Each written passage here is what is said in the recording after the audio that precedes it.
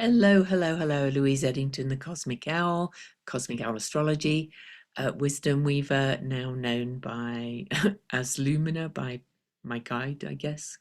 Anyway, do you like my new background? Zoom lets you create these AI backgrounds now.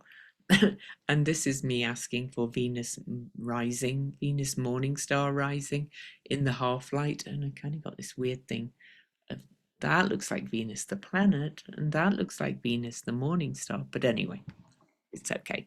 It works. I'm sure it will improve as AI always does. Anyway, I'm here to talk to you today about the final face-off. And yeah, you're like, what are you talking about? But before I do, I'm talking about the Mars-Pluto opposition, by the way, that you'll hear a lot of fear-based posts about. I'm just taking these out. Anyway, or talk about, but let's take a different look at it. But before I do, I would like to mention my Spiral Weave membership is the new $6.99 level on here on YouTube. It aligns with my paid membership over on Substack, and for just $6.99 a month here on YouTube, $7 on Substack, they will align eventually. You get all kinds of goodies, like a once a month first Thursday ask me almost anything call, also with a form to submit questions. If you can't attend live, you get the recording, you get some bonus tarot readings and all kinds of fun stuff. Anyway, please consider that, because that supports my work and supports me being able to continue churning out these videos with lots of information. So, though, Mars Pluto.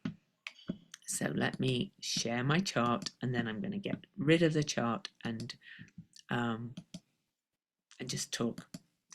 So on April the 26th, we have Mars opposing Pluto at 3 degrees Leo Aquarius. It's square to Haumea. I will talk about that as well. It's right before the new moon, so it's happening in a no dark moon energy. But it's also, just ignore that 3 Virgo thing. Just don't even look at it. Actually, I can get rid of it. There we go. And so so I will talk about all of that. But I do want you to know that this is the third of 3 Mars-Pluto oppositions that began on November the 3rd. Yes, 2 days before the US election. And that was Mars-Pluto opposition at the very last degrees of Cancer and Capricorn. So that started this. Then Mars went retrograde, and we had another opposition on January the 3rd while Mars was retrograde, and that was at 1 degree Leo Aquarius. So this was after Pluto had moved into Aquarius fully. And then we have this one coming up on April the 26th, 2025. But I'm going to talk as well about a couple of things, as well as what this means, that I haven't actually heard anybody else mention yet. That doesn't mean they haven't. But next year, after Mars has been all the way around the zodiac on October the 3rd, after Uranus has moved into Gemini and Neptune has fully moved into Aries for the next few years, we have another Mars-Pluto opposition at the same degree, 3, 3, 3, 3. So just take note of that. So I'm going to go through, I've kind of written some notes about what I want to talk about, so let me stop the share, and then I will pull a card at the end for this. I'm also going to read the symbols for Mars at 3 degrees of Leo, because it's going to be happening twice, and I think you'll like the symbols, especially for where we're going. Okay, so I'm calling it the final face-off, and you're going to, oppositions really are a face-off in many ways, and Mars and Pluto can be quite challenging. And yes, this opposition that's coming up on April the 26th can be intense. But let's, as I always try to, talk about what's really going on beyond the fear hype. Okay. So I want to offer you tools, context, and perspective so you can meet this energy awake and empowered, right? So this isn't the first rodeo, as I've showed you. Mars opposes Pluto, first of all, about every 27 months. So this is a cyclical tension, not a rare apocalypse. But this one is special because it's the third hit. It's also special because Pluto is now fully in Aquarius. Okay, but let's look at the first hit. It was November the 3rd. I showed you on the chart. That was at 29 Cancer Capricorn.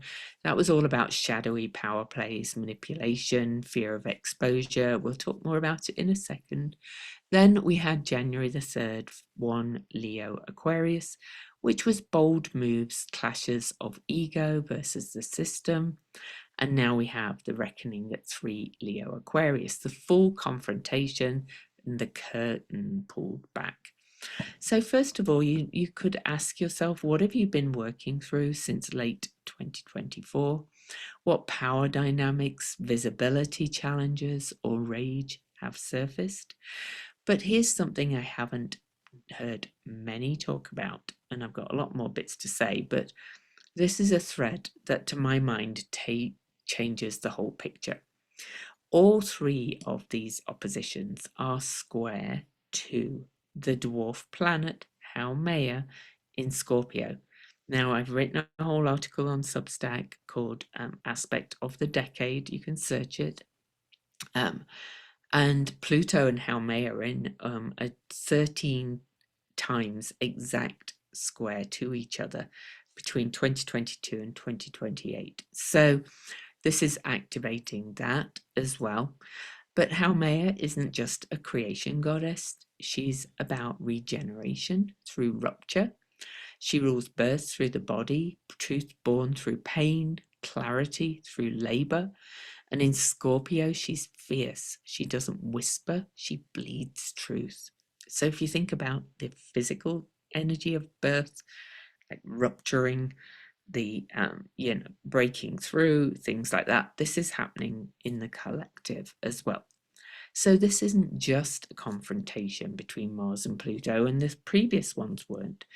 It's a grand square with Haumea as a T-square with Haumea as the pressure point. So the tension isn't just action versus power. It's what must be rebirthed through this friction. What truth is demanding to come through within you and out in the world, no matter how messy, how vulnerable, how disruptive. So it's not a soft square, this one. It's rather a scalpel. And what gets revealed might be what finally allows healing to begin, both personally and collectively.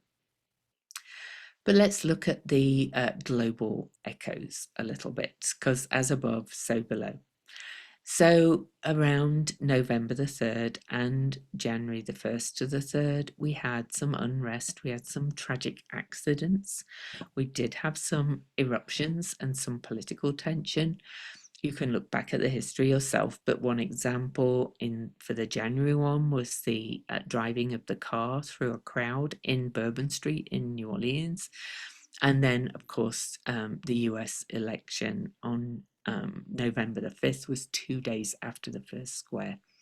And, we can especially, see that was kind of a bit of an eruption in many ways. And it did involve over 200 bomb scares, which you might also relate to Mars opposing Pluto, and claims of, or at least suspicions of, hacking and authoritarian overtones. All of that related to Mars Pluto, of course. But Mars and Pluto don't just erupt. So yes, there might be some more heightened incidents, especially as we approach it. So be mindful out there. If you are out there protesting, come from a place of joy. But Mars and Pluto also reveals what's already unstable within you and in the world. Okay, so when systems are rigged or repressive, Mars Pluto shows us the pressure point. All right, so what does that mean for you? So first, Mars is action, drive, aggression. Pluto is power, control, and shadow, but also empowerment, because power comes from within, or power from, not power over, right? So Pluto. Pluto is also kind of the excavator of your inner gold or buried treasure, not just of the shadow. And Mars is also action for something, power from, not power over. But an opposition definitely is a confrontation, a polarity, a projection. This is where we ask, where have I given my power away? And where am I tempted to take power unethically just to feel safe or seen? So Leo and Aquarius, this opposition is very much the personal versus the collective, ego versus purpose, spotlight versus integrity. Am I performing or contributing? And we'll see that happening out in the world. Oh, is that are our governments performing or contributing? Are they taking the spotlight or the integrity? All of that kind of stuff. So you see it. So do not, though, how to work with this energy. Do not suppress anger. This is going to be a pressure pot if you suppress it, but also transmute it, move it, paint it, journal it. Do not let it rot in your shadow. This is powerful transformation energy at this point, especially if you take into account that how Maya, who is rupturing this hymen, if you like, of of our society in many ways, is kind of saying transform this into your root power in Scorpio. And if you think about it, Scorpio is traditionally guided by Mars and in modern astrology guided by Pluto, the opposition. So it's all rooted into this Scorpio. So channel it into activism, but creative activism, I'm going to say, or activism through joy, art, declaring boundaries, reclaiming energy you've given away, and watch for projections. Who are you making the villain? What is this opposition trying to show you? How you're kind of projecting all that's coming up for you from the inside onto others. Okay. This is a detox transit. If it erupts, it's to release what's festering. Just try and be in a safe space if you erupt. So I know you're all dying to know, could this Mars-Pluto opposition topple the apparent regime that we have in charge? Short answer is it could absolutely be a flashpoint that exposes, ignites, catalyzes catalyzes a breakdown in legitimacy, especially given that it's the third and final hit of this Mars-Pluto opposition, which means it's a classic destabilizer of entrenched power. It's on the Leo-Aquarius axis, which governs the balance of personal sovereignty, Leo, and collective systems, tech and politics, Aquarius. Also, because it's the proximity of the November the 3rd election and the January the 3rd opposition to the US election cycle and its aftermath, and the evidence around manipulation, suppression, and hacking that is coming to light. So Mars in Leo is individual power rising, while Pluto in Aquarius is systemic control mechanisms. And when those two oppose, it's often the people versus the machine in all senses, right? So will it topple the regime? Well, I'm not a predictive astrologer, and I don't think it will in the Hollywood sense. I don't think it's going to be like, no, There'll be no sudden fireworks and a nation reborn by breakfast. But symbolically, this is the final blow in a trilogy. If the regime or illusion of control has been wobbling, this is when it cracks. When public trust hits a tipping point, when actions behind closed doors become more visible in ways that are impossible to ignore, even for those who don't want to see. Pluto's in Aquarius. This is the era of networked power, mass awareness, and system-level truth exposure. Mars, direct but still in shadow, is like a reckoning sword, returning to the scene. And yes, if something is ready to collapse, this transit could be the final push. What should you be watching for? Public reactions? Are people still hypnotized, or are they rising in larger, less predictable ways? Look for attempts to suppress truth, because Saturn and Cassandra, there's a conjunction there of the prophetess. Energy is still active. Any legal, cyber, or whistleblower related revelations? Movement leaders gaining traction rapidly. I think we're already starting to see it or seeing it. Unexpected regenerative forces rising, not just protests, but rebirth. Women, indigenous voices, earth aligned wisdom, creation through crisis energy. That's how Maya's speaking. So, in closing, really, your power is in how you respond. But with one more thing, if that wasn't enough, guess what? This Mars-Pluto opposition will happen again, as they often do, but sooner than 27 months, because on October the 3rd, 2026, Mars and Leo will oppose each other at the exact same degree, 3 degrees, Leo Aquarius. Yes, that same degree.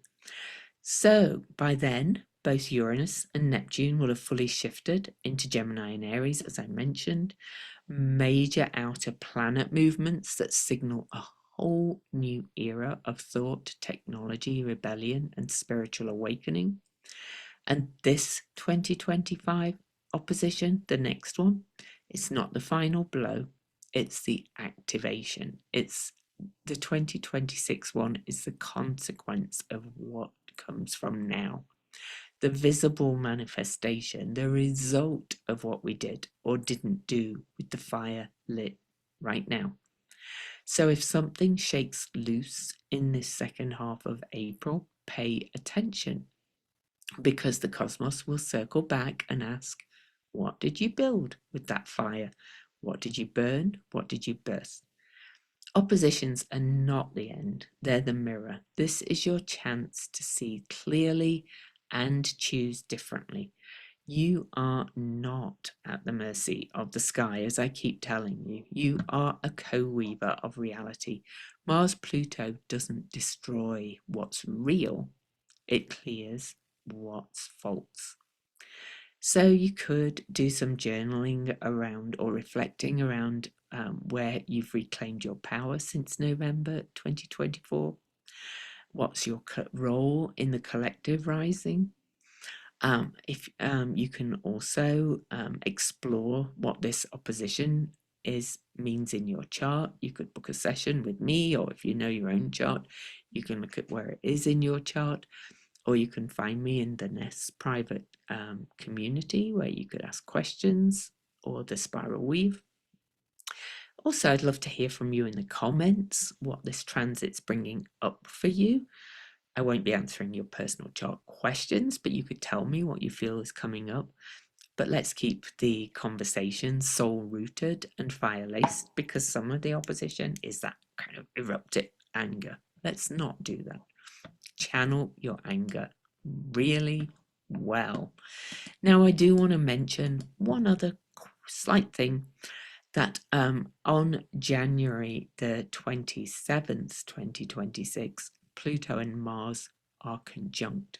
They meet at 3 degrees Aquarius, which is where Pluto is, or this opposition. And that's the start of the new cycle that leads to that next opposition that I've already talked about. So that's another date to pay attention to for what's coming up. That 3 degrees is just such a hot number, right? And I always think of the 3 as mind, body, spirit. It's, Father, Son, and Holy Ghost, the Trinity, all those kind of things. And it's a number associated with creativity, optimism, social interaction, optimism, charismatic energy. And so, you can think about that in how you do this, because this opposition is at 3. The conjunction in January 2026 is at 3 degrees. And then the creativity and expression of that is, what are you creating? But I do want to look at the Sabian symbol and the Chandra symbols quickly for Mars on this one, because Mars is really the activating force in the opposition, because it's the faster moving energy. So Mars at 3 degrees of Leo, we always go up. So I look at Leo 4, and I've actually got the wrong one there. Sorry, I just searched the wrong one quick by accident. I think I clicked on a previous search. So this one is, okay, I'm going to actually kind of go to the original wording of the symbol. The symbol is a human formally dressed and a deer with its horns folded. This one is about morale, which is very much about that, self-directed power from, like bringing your heart and soul and spirit into this. Okay, so the human formally dressed and a deer with its horns folded. Dr. Mark Edmonds Jones said, "This is a symbol of self-assertion at a point of effective impact on the world, dramatized here on the side of an established and everyday reality. Formality becomes a magical ordering of the automatisms of lesser things, enlisting them in enduring service to each individual's more outstanding talents. Their achievements become evident in the trophies by which they make their consistent contribution of the real essence of themselves to their fellows." So archaic language, but again, the degree is about exceptional capacity for winning and holding the esteem of yourself, really, whereas the negative is dependent on the applause of others and playing to the gallery to get it. Do not do that. Okay. Now, James Burgess, I always kind of like his take on these symbols. Says it's about proving yourself and finding a way to make relevant your own small or large achievements. Okay, so Leo 4 Chandra symbols and Omega symbols. The Omega symbol is a forest of mirrors used to collect the sun's energy. And John Sandbach says, "You play the role of a servant dedicated to the highest and finest vibration that you can possibly manifest. You need to not expect too much of yourself, though, or push yourself too hard. You can bring light to many people, but if you become obsessive or overly intense about what you're doing, it can have the opposite effect you wish to have." The Chandra symbol for this degree is a gardener collecting cow manure.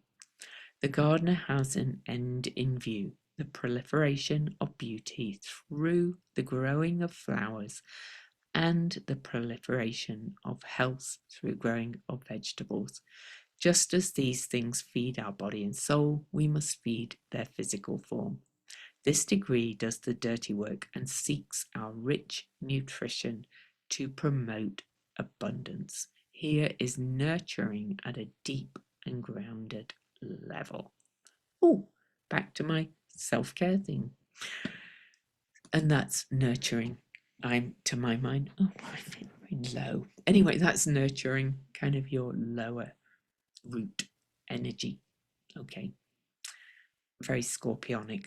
So head to that Haumea and you will come through this aspect really well. Please do know that there may be some incidents out in the world, usually activated by people who are less aware and conscious and who are kind of like more run by the energies.